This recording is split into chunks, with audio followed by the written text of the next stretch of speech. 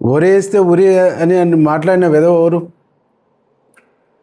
ఇవాళ ఏకకాలంలో 20,000 కోట్ల రుణమాఫీ చేస్తుంటే, రుణమాఫీ చేసినటువంటి ప్రభుత్వం రేవంత్ రెడ్డి ప్రభుత్వం అని చెప్పేసి ప్రజలంతా కొనియాడుతుంటే నీ కళ్ళు కనిపిస్తలేవా?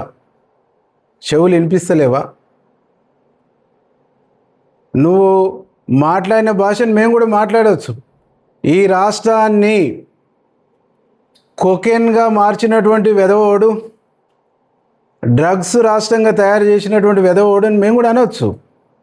కానీ మాకు సంస్కారం అడ్డం వస్తుంది. ఈ రాష్ట్రాన్ని విధ్వంసం చేసినటువంటి వెధవోడని మేము కూడా మాట్లాడగలుగుతాం. అమరవీరులను మోసం చేసిన వెధవోడని మేము కూడా మాట్లాడగలుగుతాం. ఉద్యమకారుల ఉసురు తాకి ఓడిపోయిన వెధవోడని మేము కూడా చెప్తాం. కానీ నువ్వు మాట్లాడుతున్న భాష ఏంది? ఒక రాష్ట్ర ముఖ్యమంత్రిని పట్టుకొని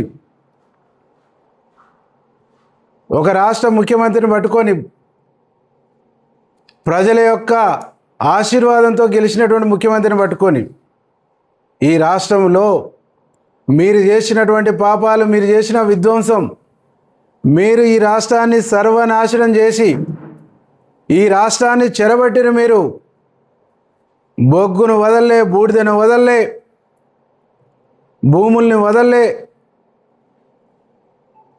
అన్నిటిని చెరబట్టిరు మీరు. చివరికి అందంగా ఏది కనిపిస్తుంది దాన్ని కూడా వదల్లే మీరు.